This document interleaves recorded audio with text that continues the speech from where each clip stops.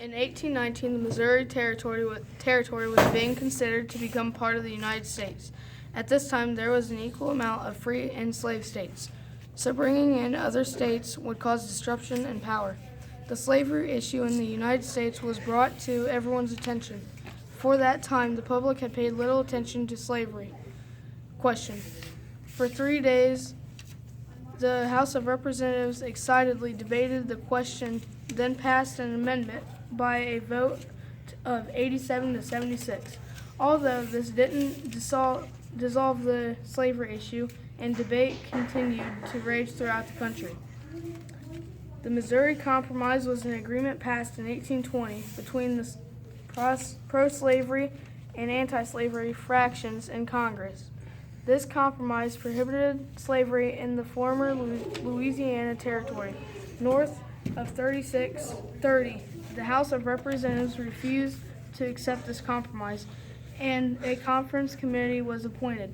The committee recommended an enactment of 2 laws, one for the admission of Maine into the United States and the other enabling the act for Missouri. They also recommended against having restrictions for slavery. The houses agreed, and the measures were passed on March 5, 1820, and ratified by President James Monroe on March 6.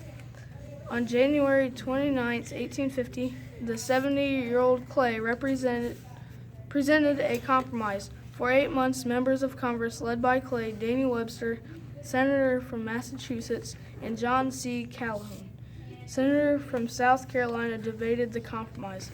Of all the bills that made up the Compromise of 1850, the Fugitive Act was the most controversial. It denied the fugitives of a trial by jury for slaves attempting to build lives in the North.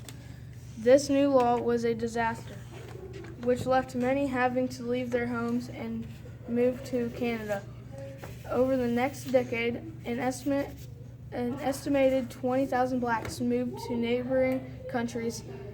Passage of the Fugitive Slave Act made abolitionists all the more resolved to put an end to slavery. The Underground Railroad became more active, reaching its peak from 1850 to 1860.